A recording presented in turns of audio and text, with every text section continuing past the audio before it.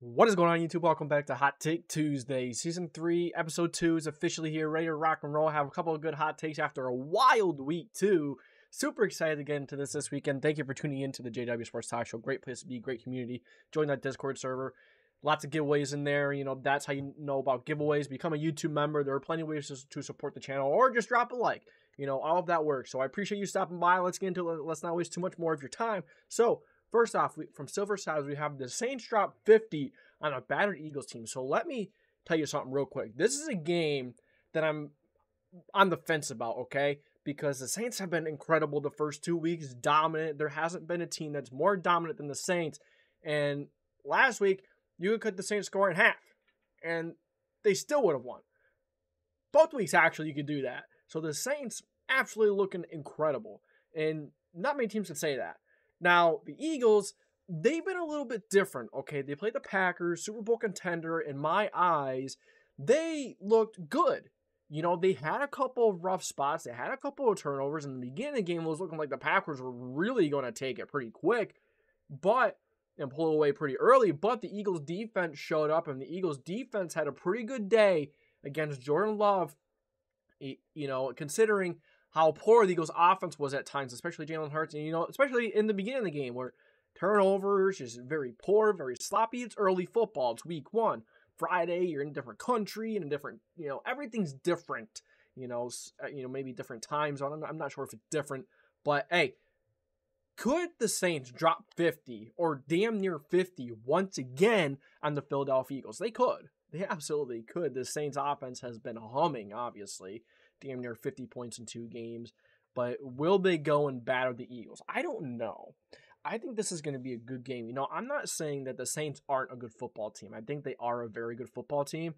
But I think they're going to come back down to earth sooner or later. And I think this could be the game where that happens once there's a little bit more film on, you know, available. And teams are trying to find a way to stop what the Saints are doing so well. But let's not forget, Derek Carr is a good quarterback. I forget sometimes, okay? I sometimes forget how good Derek Carr was in Oakland or Las Vegas, whatever the heck you want to call it, because without Derek Carr, the Raiders would have been one of the worst teams in the NFL for every single year Derek Carr was even there. Without him, they would be absolutely horrible. And they weren't good when he was there, but he made them watchable. He's not great under pressure. There are a couple of things that Derek Carr does struggle with. Okay, he's not great under pressure, but the Saints' offensive line, woo-wee, they have been great. And the Eagles' defensive line has left a lot to be desired. And that defense has struggled in big moments. They struggled in a big moment versus Jalen Hurts or versus Kirk Cousins. So, you know, I'm finding it hard to believe or hard to, you know, gather that the Eagles would be able to do it against the Saints, who scored 50 points or damn near close 50 points the first 2 games. So the Saints dropping 50. I'm really on the edge about this game, man, because I think the Saints are really good, but I don't want to overreact and say the Saints are, you know, insane. I want if it's week 5 and they're still doing this, 50 points, damn near 50. I mean, the Cowboys are a damn good football team too. They went to Dallas and they smoked the Dallas Cowboys in Dallas in the regular season. Dallas dominates in the regular season at home. Saints said, nah, not on my watch. So, will the Saints do it again to another NFC East team? I'm going to go hot. I think this game is going to be a lot closer than people think. I think both teams are going to run the football well. I think Jalen Hurts is going to look better than he has the first 2 weeks, but I'm not high on Jalen Hurts. I'm not a huge Jalen Hurts fan. Not crazy about it. I think he's an all-right quarterback. I don't think he's anything special. But Derek Carr and the Saints, they're so red hot. You know, who is going to slow them? That's the big question. Who is and how are they? I think once teams get something on tape, now that we have a couple weeks of their offense on film, I think that defenses are going to start to game plan for it a little bit better. And I think Vic Fangio is going to do it this week. I think he's going to slow down that Saints offense a little bit. You know, I think their run defense, that run defense has not been great. And that worries me as well. The Saints could simply get up to a couple score lead and just run. And the Eagles won't be able to do nothing about it. The Saints offense line, been incredible. Run or passing wise in the passing game, incredible. So the Saints can absolutely beat up on the Eagles really bad. But I think there are going to be a couple film, since there's a couple weeks on film, I think that the Eagles and Vic Fangio are going to figure something out. But you have to get a little bit of pass rush. That pass rush has to step up. And if that pass rush doesn't step up, the run defense doesn't step up, the Eagles don't have a chance in this game. They don't. And the chances of it stepping up and stopping the Saints to a little bit, probably pretty low. And if Jalen Hurts cannot put the ball in harm's way versus the Saints, the Saints are just going to run the football. They're going to chew the clock up. They're going to eat that clock away. And before you know it, it's going to be 38 to 10, 38 to 20. What we know, or maybe even not that much because of how much they're going to run the football and just drain that clock. Be like 27-10 before we know it, and the game's over. This could be one of the quickest games this weekend. But the Saints dropping 50? See, I'm still on the fence because it's still early. You know what I mean? The first couple weeks, sometimes we have a couple of teams that just look great, that somehow look awesome, and they come back down to earth. Now, I don't think that the Saints are going to be what I thought they were before the season. I think the Saints are going to be much better than what I thought. A lot of people thought.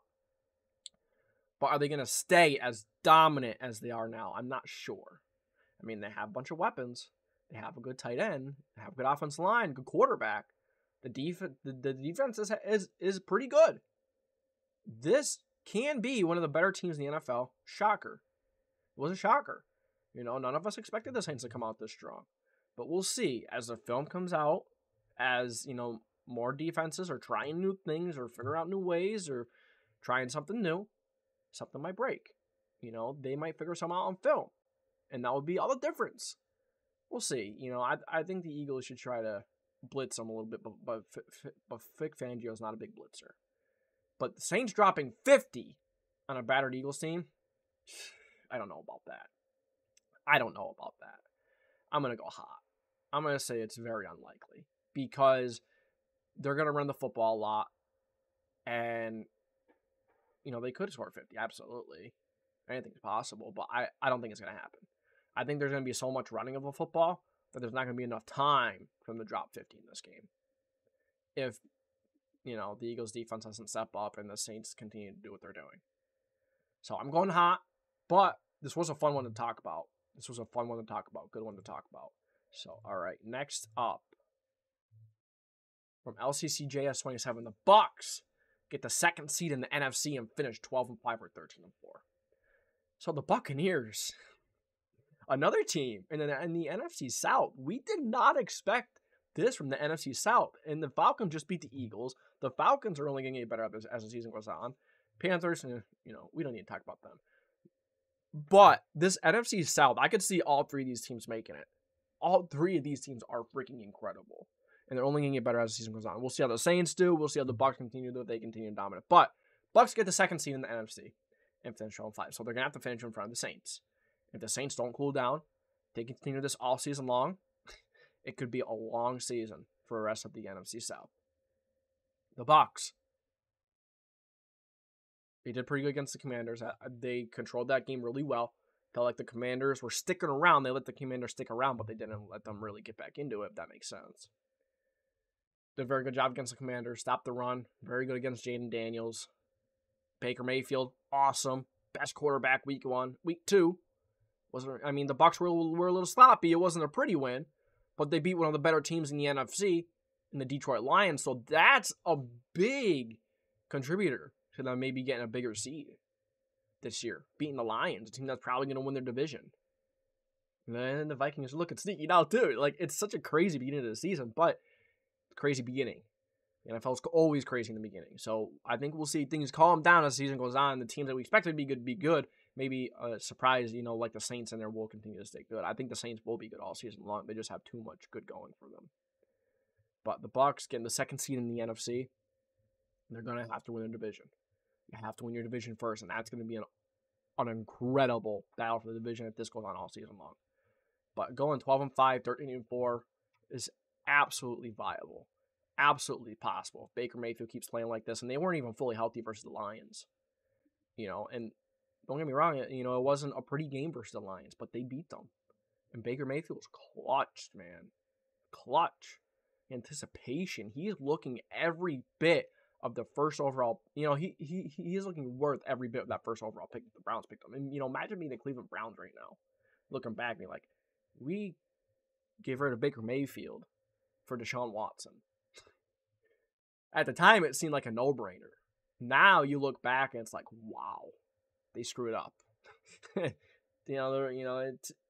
Unfortunately for Browns fans, they're used to it. But Bucs get into the second seed, absolutely possible. I'm gonna go warm.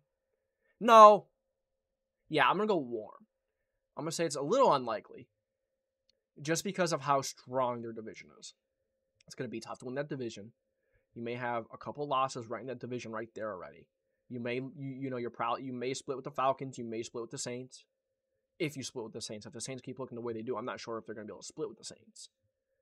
Maybe they will sweep one of these two teams.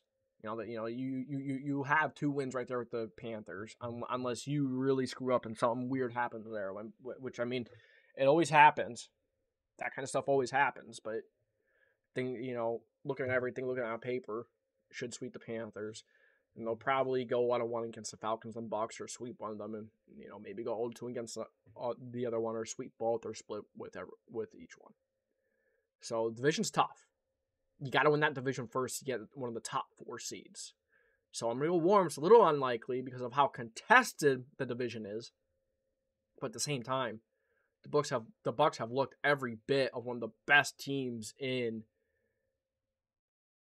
the NFC. Really have. Niners are a little questionable right now. Christian McCaffrey hurt. They're just not looking the same as last season so far, but they will be fine. They will get their stuff together as the season goes on. That's one of the things I think will get back to normal, by then, by halfway through the season. It's wacky right now. And the Saints, they just look incredible, man. The way they run the football, their offensive line, Derek Carr looks incredible. Shaheed, Olave, Juwan Johnson, and the defense is half decent. This is going to be such a fun battle to watch in the NFC South. Really is. And the Bucs and the Saints, really contenders. I think so.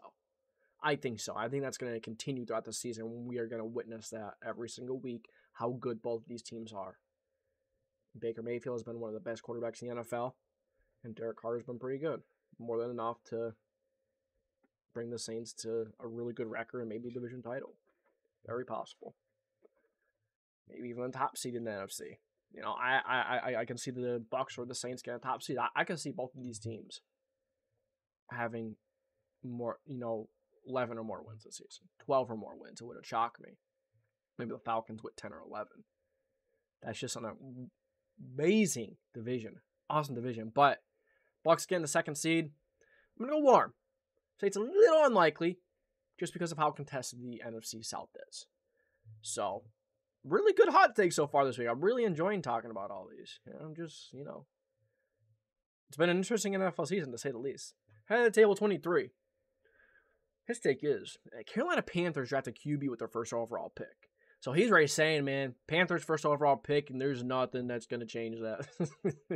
Poor Panthers. We just talked, a lot about the NFC South, man, and, rightfully so. Carolina. Maybe, it's Carolina. It's Carolina Panthers.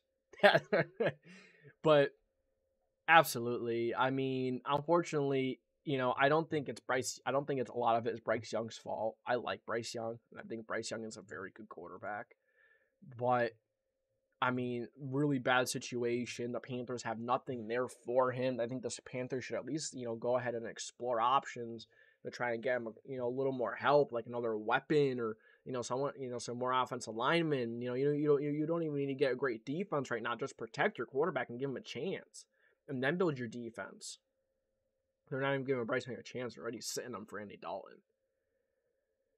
So unfortunately, Panthers really giving up on Bryce Young already. So I think Bryce Young can go to a good franchise and be a good quarterback. I'll take him over here in Indianapolis.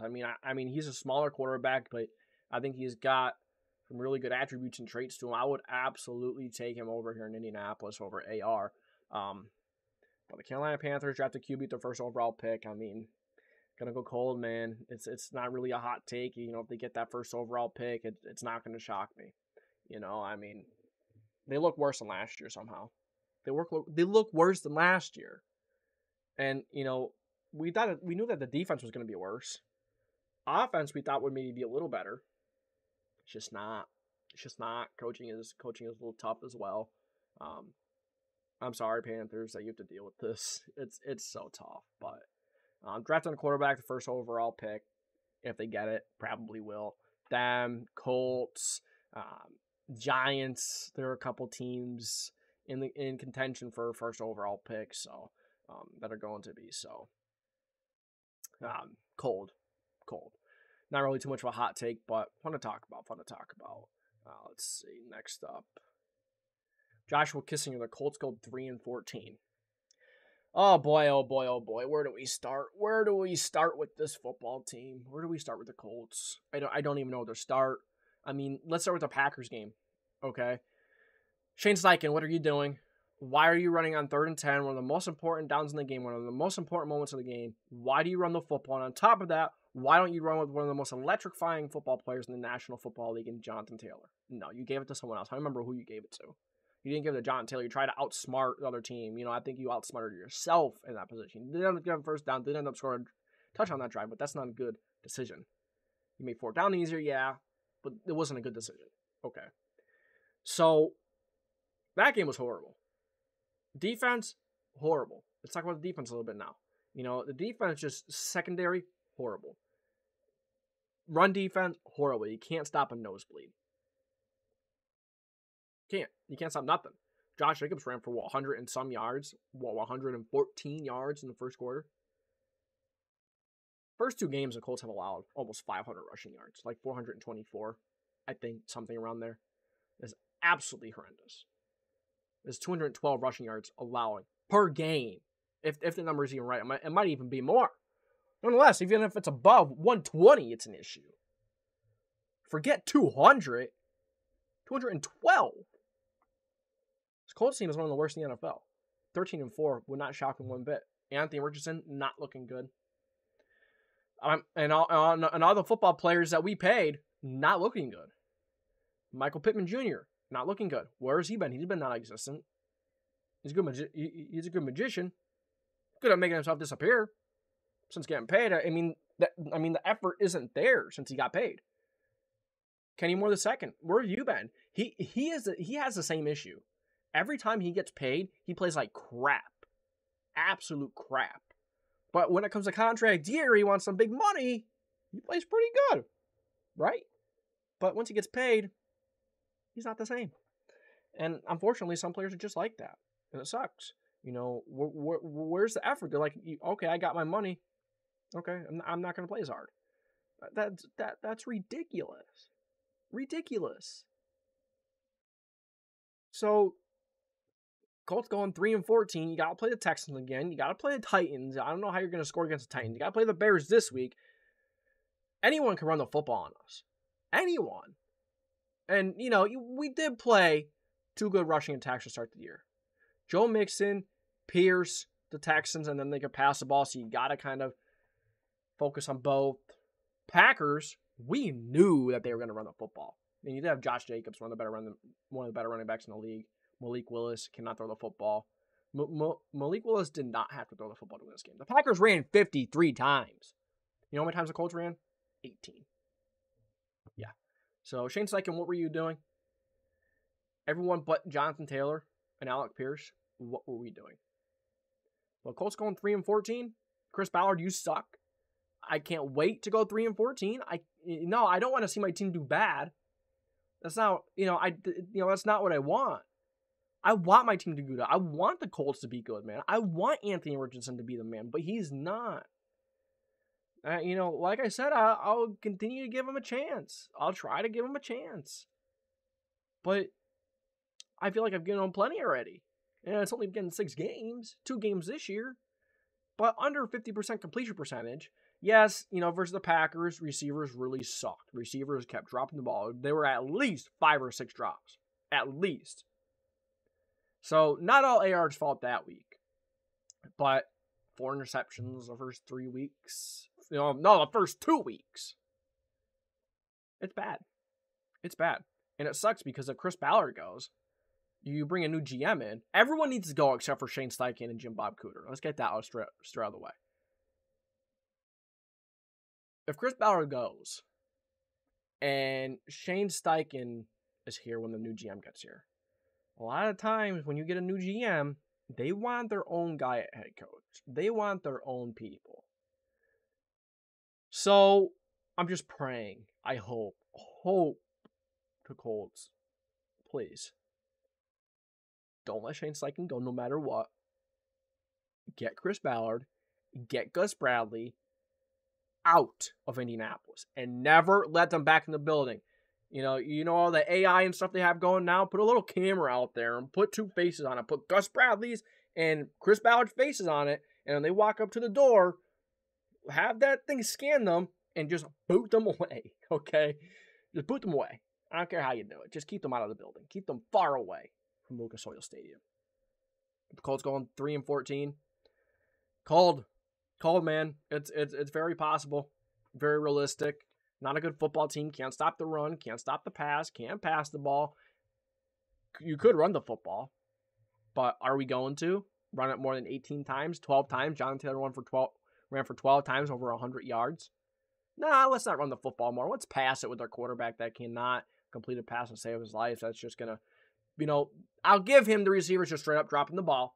Okay, fine. Give him that. But you can't excuse the overthrows. You can't excuse all the you can't excuse all the stupid and inaccurate and just dumb plays, man, by Anthony Richardson at times. There's so many times where you could just tuck the ball away and ran versus the Packers that last week. He didn't.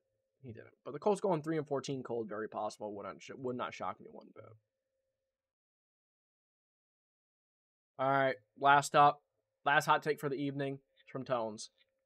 Andy Dalton wins his first 3 games as a Panthers starter.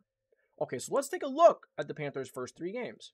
All right, so Andy Dalton is absolutely an upgrade over Bryce Young at this point because of his experience and what he can do. Now, it's kind of going to contradict what I said earlier about I don't think Bryce Young could be, Bryce Young has been bad. Okay, there's no way around that. But let's look at it, but the team that Bryce Young plays is much worse. Okay, no offensive line, no creative play calling, no run game. You have a couple weapons for him. I like Xavier Leggett. I like Adam Thielen. You have a couple of guys. I don't even know if Jonathan Mingo is still with them or what, but they have a couple of guys. Do they still Laviska Shenault? I don't think so.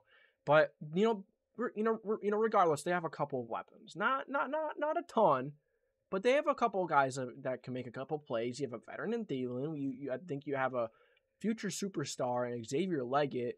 But unfortunately, Bryce Young hasn't looked good. Okay. But he hasn't had a good situation. He's had 2 different coaches his first 2 years. He has just a horrible franchise. Frank Reich was absolutely horrible. He was fired halfway through the season. He had to learn from whoever coached after him, and then you have to relearn a whole another system in the offseason. I mean, you can't grow if you don't have any stability. And who is teaching you or what you were learning. If it changes every year, think about it. If you go to college for something, in every single year, you change your field from like a doctor to a journalist to philosophy or art. You're never going to get really good at one. You might be okay and you might, get a little momentum in one year and figure something out, but you can't build upon it and you can't get a good foundation down. Therefore, you cannot improve. That's the best analogy I can think of. But the Panthers' next 3 games is the Raiders, Bengals, and Bears.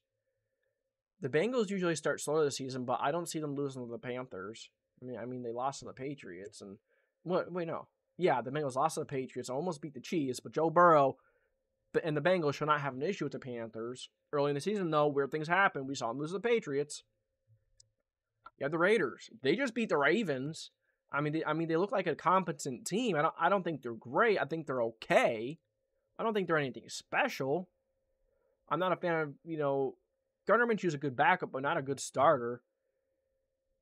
But versus the Raiders, maybe you got a chance there with a quarterback that has some experience and that, it's crazy that Andy Dalton is considered an upgrade. I think Bryce Young has better and has higher potential. But right now, Andy Dalton's better, if that makes sense, with his experience. And I think Andy Dalton will come in and make the offense look a lot better because he could lead an offense. He was with the Bengals for the first 8, 9, 10 years of his career. I really don't know how long, but he was with them for a substantial amount of time to be able to learn a system, to learn the game, to learn about some things and build upon it. Every single year, you have stability. Was it great? No, there was one year where they went undefeated for quite some time, and then, they spiraled out of control, and I think they lost to the Colts in the playoffs, actually. But if that was that, no, I might be wrong. I don't remember if that was that year or not, but I don't remember exactly. But I could be very wrong. But then you have the Bears. I mean, the Bears have a really good defense. I'm not too sure if, this offense can do anything against that Bears defense. I don't really think so. So winning the next 3 games, I'm gonna have to go piping hot. Because, I can't see the Panthers winning 3 games in a row and being 3-2, regardless of maybe if Patrick Mahomes is at quarterback, maybe, okay? But their defense is still horrible. Their offensive line is still horrible. They have Xavier Leggett and Adam Thielen. That's about it. So even Mahomes would struggle to go 3-0 in the next 3 games. He just struggled to beat the Bengals. He had a hard time against the Bengals. Chiefs were sloppy. So, winning the next 3 games, I'm going to go piping hot. See, that's a little out there. I don't think that they will be able to win the next 3 games in a row. But, it looks like my camera's a little higher for most of this video. Should have changed it.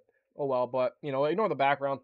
My room is getting completely, reconstructed. Going to change a lot of things around. It's going to be a sick background. Building a new computer, as you guys can see. It's going to be a monster. However, all reliable here. He's been good since we started the show. I remember having my laptop and stuff. Man, we've come a long way, in terms of talking, getting better at talking. Almost 1.6 thousand subscribers, man. So I appreciate you guys so much. Tones, everyone who dropped a hot take, everyone who has supported me from the start. I genuinely appreciate you. We're getting ready to soar to the freaking top. I'm serious. We're soaring to the top. I'm sorry I didn't go live the other night. I do have to go live more. Do have to, go on, stay with my word a little more in terms of going live and what I'm going to do. But we will get better. We will continue to get better. And, I feel like we're making big strides. And without you guys, I'm not too sure if I would be where I am. I wouldn't be. I wouldn't be sitting here making videos for no one. No. We have a great community, awesome people. I'm excited to be able to make videos for who I make videos for, especially the strong community that we have. I'm excited, man. I'm excited for the future. I'm excited for what we have planned. And, I got to get off here because I get ready to go to work. Good old night shift. But, gotta do what you got to do, So I appreciate you guys for stopping by. If you enjoyed this episode, make sure to like, subscribe, put the post notification bell on so you don't miss any future videos. And this is the JDW Sports Talk Show, signing